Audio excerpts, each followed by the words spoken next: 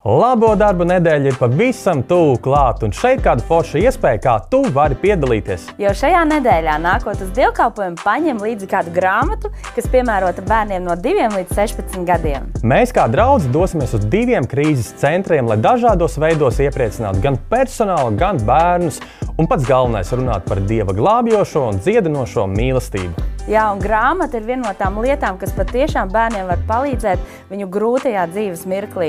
Tāpēc atnes kādu cerību, ticību, mīlestību raisošu grāmatu, un jau nākamajā nedēļā mēs to nodosim īstajās rokās. Tu vari atnest gan lasāmo, gan krāsojamo, gan skatāmo, gan citādu veidu grāmatu, gan jaunu, gan lietotu, bet galvenais, lai tā ir labā stāvoklī. Jā, un ja nu mājās neko tādu neatrodi piemērot, tad ieskaties mūsu draudzes grāmatu veikalā, tur noteikti tas būs. Grāmatas nodosim draudzes infocentrā.